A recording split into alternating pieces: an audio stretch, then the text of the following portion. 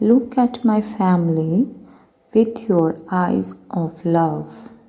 Help us to face difficult times. I pray you fill our hearts with your peace, Lord. I know we can overcome every problem with you. Amen. Hello dear students. Today we are going to learn about your history chapter, that is how, when and where. So let us start. Introduction to history.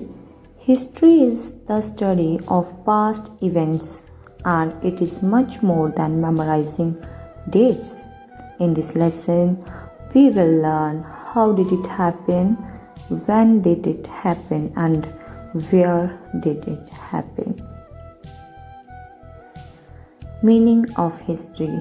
History is about changes that occur over time, that is, finding how things were in the past and how things have changed. Okay, dear students. James Rennie. He was born on December 3, 1742 in England and died on March 29, 1830. He was a leading British geographer of his time. He constructed the first nearly accurate map of India. He joined East India Company and became Surveyor General of Bengal in 1764 to 77. Okay, dear students. Now, let us discuss criteria to select a set of dates.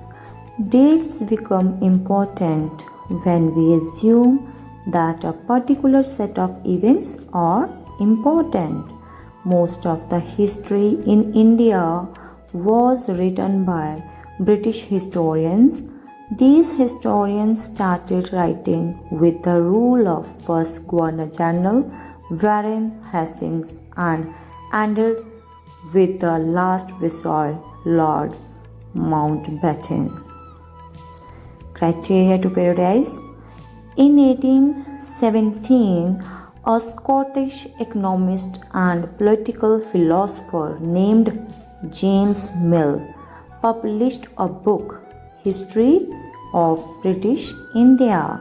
In this book, the Indian history is divided into three periods: Hindu, Muslim and British. Prior to British rule. Before Britishers took over India, there were Hindu and Muslim rulers who used to exploit India. Furthermore, India strongly believed in caste systems, multiple religions and superstitions, etc. James Mill felt that only British rule could civilize India and teach them manners, art and laws. In this picture you can see Indian history classification, dear students: ancient history, medieval history and modern history. In this video, I'm going to stop this lecture today. Thank you very much.